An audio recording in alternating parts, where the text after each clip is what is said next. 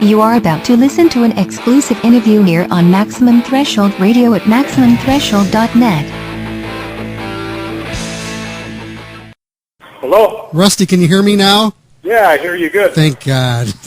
Gosh. Wow, it was like, we could hear you, but we knew you couldn't hear us. So I even tried calling on my own phone to our show line. I was wondering what the hell's going on. And we had some going on with our stereo mix properties. The recording levels kept dropping down to zero. No idea why. Oh, okay. So we got it back. Hey, man, so what's going on? What are you recording this? Oh, man, I'm just over at the shop over here. We have Illusion Cycles, and we do, it's kind of the base of operations for all our entertainment stuff, too. Nice. We've got the band rehearsal area up here, and a lot of cool stuff going on here all the time. We do events here and everything. Nice. Do you have a webcam up there so people can watch the performances and stuff like that there? You know what? We don't, but that's a good idea. Mm-hmm. Yeah, I think in the future I'll remember that. We'll probably end up doing that. You could do a Rusty reality show or something like that. That'd be cool up there. What's going on? Yeah, we've got some people in that business that we're working with too. So nice. A lot of cool stuff in the works. Nice. So how was it coming off of Uproar and the whole process of all that? Oh, that was great, man. Uproar was such a good tour. It'll spoil you, you know what I mean, when you play in front of crowds like that. And with all the other bands that were there, it was just a real fun tour.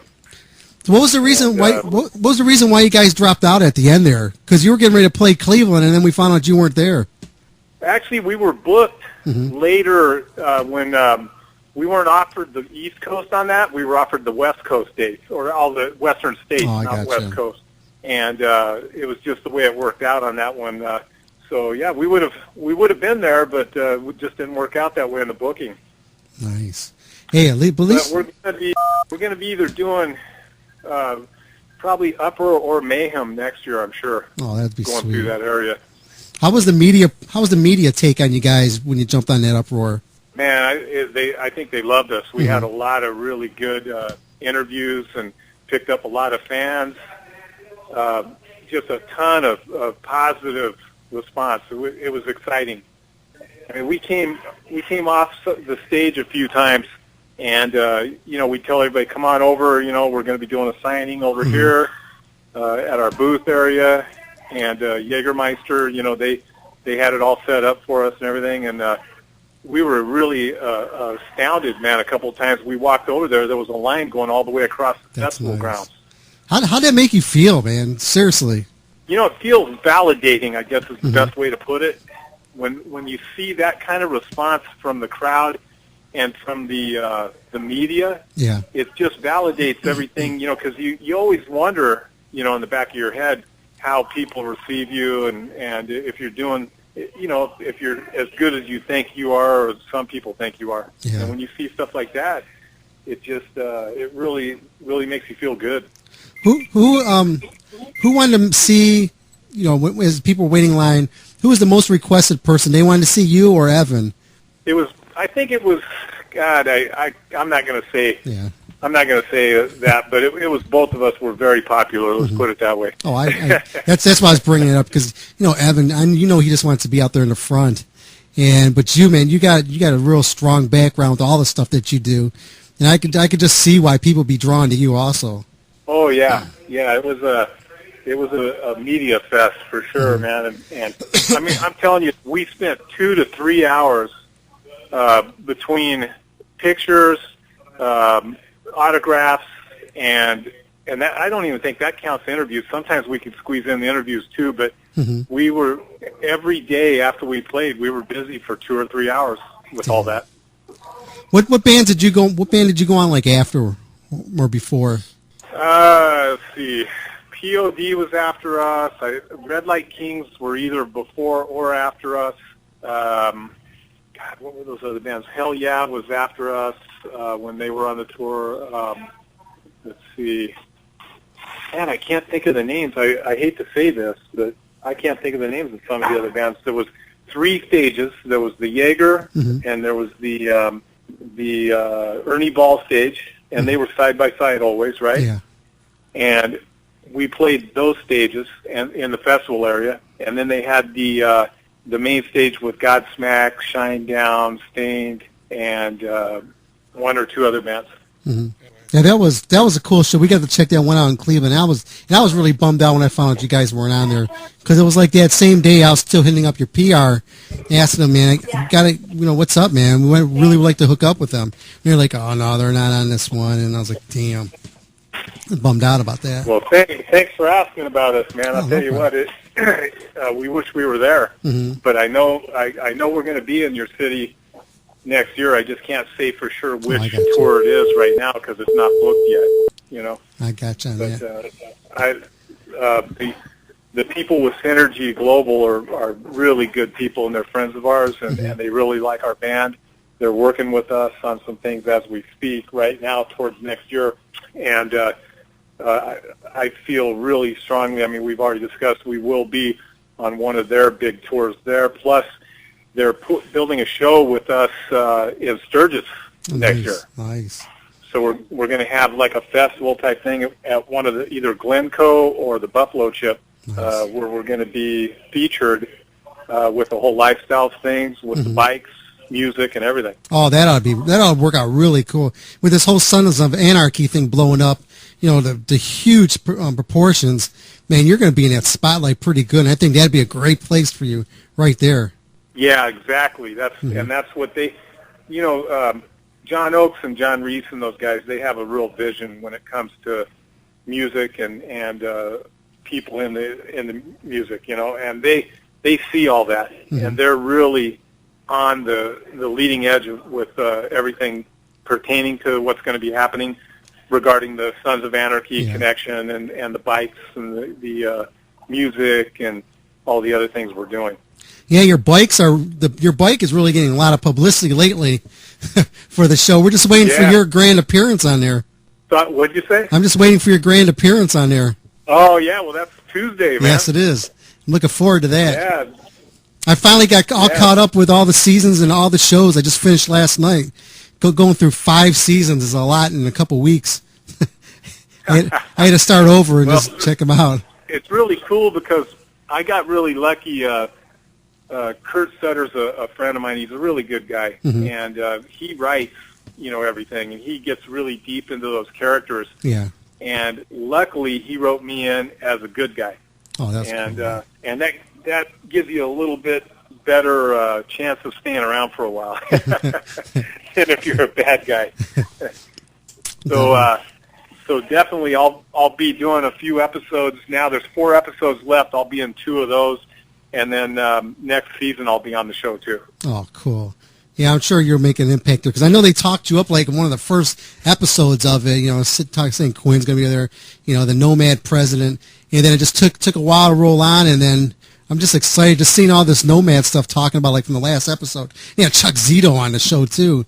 That must have been pretty sweet just to see somebody like that, pop in and out of there.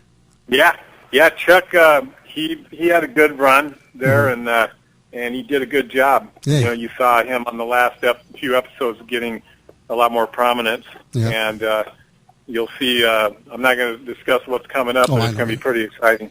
Cool. Yeah, definitely looking forward to that. And like I said, for me and like 7 million people or whoever that are watching this, man, are really looking forward to the next episode just to see what happens. I know, even myself. I know what's going on, but I can't help but get excited about it when I see the way everything is ramping up, towards these last few episodes. It is getting exciting.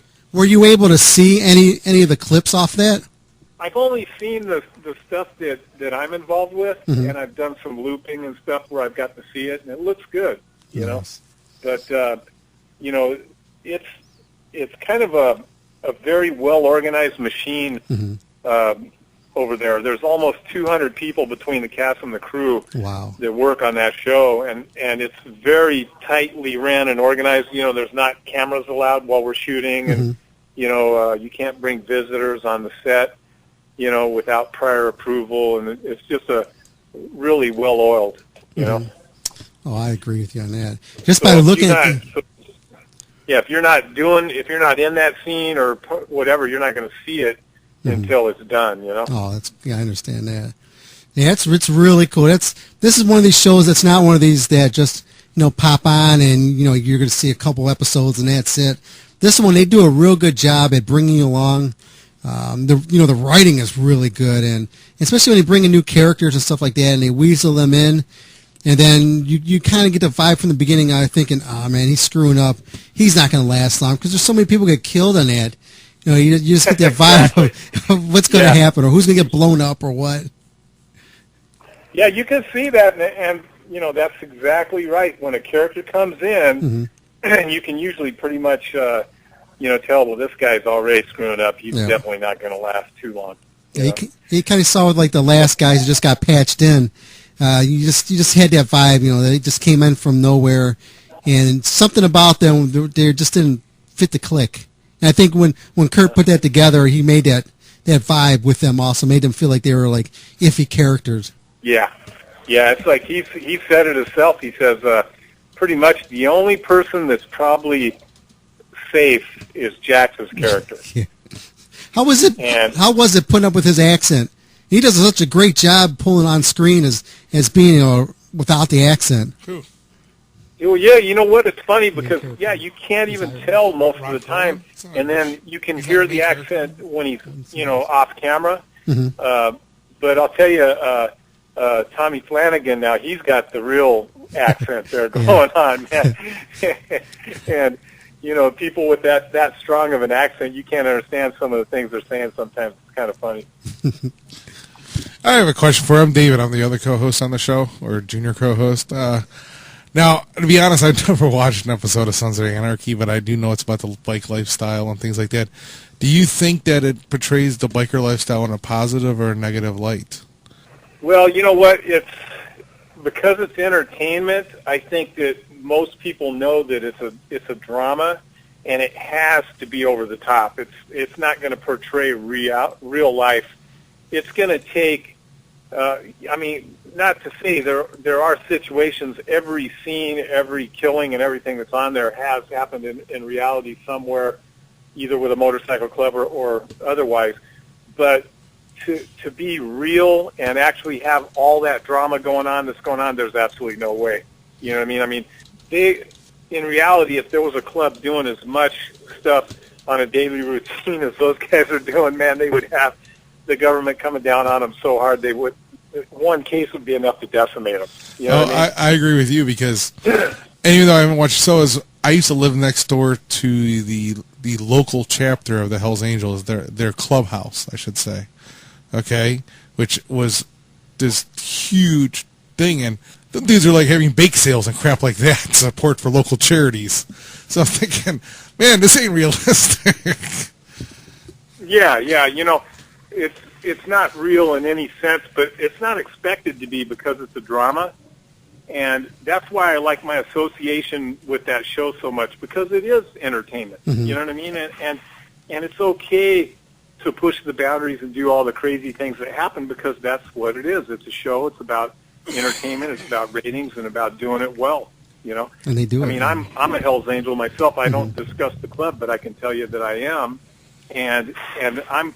In my charter, we're all about charities and all about trying to do positive things because, all the past and a lot of things that have happened have done nothing but, basically, suck us dry. You know what I mean? Lawyers, and all the other things. I've always had a big respect for the Hells Angels.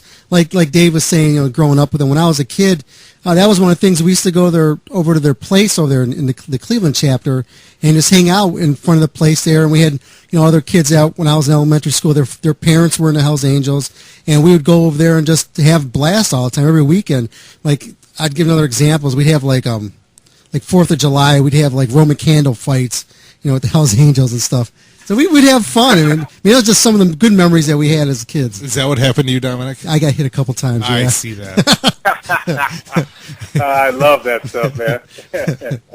So I have another question for you. Now, is it by design or just by omission that we cannot find an IMDb page on you or a Wikipedia page on you? There is a Wikipedia on Quinn. Or there is one it says Rusty Coones, the actor that played Quinn, I think, on it. might be difficult to find, but I think I've seen it. And then I know that there was some stuff up about Quinn. I mean, I myself, I saw some post that was like 786 posts or comments on a post on one of the Sons of Anarchy websites about a month ago or more. And I don't know where it's at, but I saw it one time, and I just remember I said, damn, there's like 786 posts here. And so I looked at some of them, and I was kind of glad to see there was like over 50% of them were women. Ah. All right. So, I'm not sure if you're single, married, or whatever have you, but if you're single, that has to make you feel good. If you're married and you're definitely in a relationship where you're a little, like, been a long time, it makes you feel really good in case you ever become single again. Yeah. I am married. My wife's a great girl, man. I'm telling you, she's solid as a rock. And she doesn't get jealous over that stuff, and it's all cool, And I'll tell you what, you have to have the female fans if you're going to get anywhere. You know what I mean? They say that the guys watch what they want to watch. I think though that it might be by design. To answer your question, I think that after the debut of the character on Tuesday, it's probably going to change a little bit in that respect. And I've been relatively quiet about a lot of it just because I don't want to overstep our boundaries with our media people and Fox's, or FX. So what was it like working with Ron Perlman, who is, believe it or not, this is one of the few roles he actually has that he doesn't have a ton of makeup on. So it was like to actually... Yeah, he's a great guy. One of the nicest people around. I mean, just really cool, low-key guy. I really like him. Actually, everybody on that show, the whole cast and the crew are just really, really very cool people. There's no drama going on with, I can't say there's none. I guess there's always drama somewhere, but for the most part, it's very, very close, almost like a family over there. Gotcha. So what shows do you like to watch besides, of course, Sons of Anarchy? When Rusty has a few minutes to sit down and watch a TV or a movie, what catches your interest right now? Oh, man. That's hard to say. I like action adventure, some of the sci-fi stuff like Avatar. What a great movie Avatar was. You must have one of them, like, 3D TVs and crap. Everybody's talking. You got to see the 3D. Yeah, now I've got the HD TV, and it's funny. I didn't get HD till about a year ago, and I had no idea what I was missing. And now whenever, I won't even watch a TV if it's not HD. It's such a difference. Yes, I agree with you. I know. I finally went from VHS to DVD, so I'm in the same boat. You're on Betamax now? Believe me, I was the same way. I had no clue what I was missing, and I had one of those 35-inch, like Sony, the big tube TVs in my living room for a long time, and I just thought that was fine. And then I get this, I think it's LED 55-inch in the living room now, and it's amazing. It's just, you can, like, count the hairs on the beard on people's faces. And it weighs so clear. And it only weighs 10 pounds compared to the other thing weighing 150. Yeah, it's like you look at the thing sideways, and it's like an inch thick or something. The LCD TV, that was the thing before, and it's like 4 inches thick, maybe, whatever. It's just, these things are razor thin, man. It's cool. So, now they... Oh, go ahead. Now, do you have any other acting gigs that might be coming up soon besides the Sons of Anarchy stuff? Since we can't find anything. There isn't anything that's already that I've already been booked on. There's some stuff that people are talking to me about. There's some reality things that are going around right now, and there's some I can't discuss who with. And I did that Devil's Ride program earlier in the year for I think 3 episodes, and there's some other stuff going on, but no, nothing's confirmed right now that I can discuss. But yeah, I tell you what, I enjoy the hell out of this business. All right. What about getting the band on the soundtrack for Sons of Anarchy? That's one of the things from the beginning. They were like on the first ones. Yeah. Their music's I told you I'm not. I haven't watched the show. Dominic's an addict for you guys. You're lucky he's not asking you for one of those like 6 foot tall standees, it's gonna be for his 6'5". bedroom or something, or 6'5" standees. He's like, can you send me a standee? I mean, it's like, okay, dude, it's a Sign TV it on show. your belt buckle. No, that was funny. But no. Yeah, I think we've got like 3 songs that have been on there already. And can we say residuals? And I think that we had one this season, I think, and a couple last season, or the season before. I think it was last season. And we'll probably, hopefully, have some more in the next 6 and 7 seasons, That's awesome. Can we say residuals? Well, I don't know about residuals, but you get some money. That comes in handy. He has to pay for that TV. Huh? As it comes in handy, you have to pay for that TV. Oh, yeah, I know. I want to get a bigger one, man. I got to get some more of that going on. A bigger TV. Rusty, one of the things I've noticed when they're doing off season, that a lot of the actors on there, they do a lot of movies. Are you gonna follow like in that path as the vibe with everybody else's and make some more movies? I hope to see him in Hellboy 3. Wouldn't that be something? Perlman did so good in Hellboy, man. That was one of the best roles in my opinion. I love the role he did. Both movies were awesome. Both Hellboy movies were awesome, and the cartoon. Yeah, he did a Hellboy cartoon too. Because he has that. I can't even imagine. His voice and everything is so perfect for that character. I couldn't imagine now that I've seen it anybody else being Hellboy. That's it. Yeah. He just did it so good. Oh, I agree. And he gets to make all the. I'm definitely interested in doing some of that, and I think you'll see some things in the future in that direction. Nice. Yeah, like I said, we're looking forward to seeing you on there this week coming up, and definitely the Attica 7 when you guys hit the road, and hopefully you guys swing through Cleveland area here, and I think it'd be a hell of a good time. Yeah, I look forward to seeing the band. We'll coming through your town, guaranteed, man, and hope to see you guys there. We'll get you hanging out and have some fun. Nice. Rusty, can you do us a quick favor?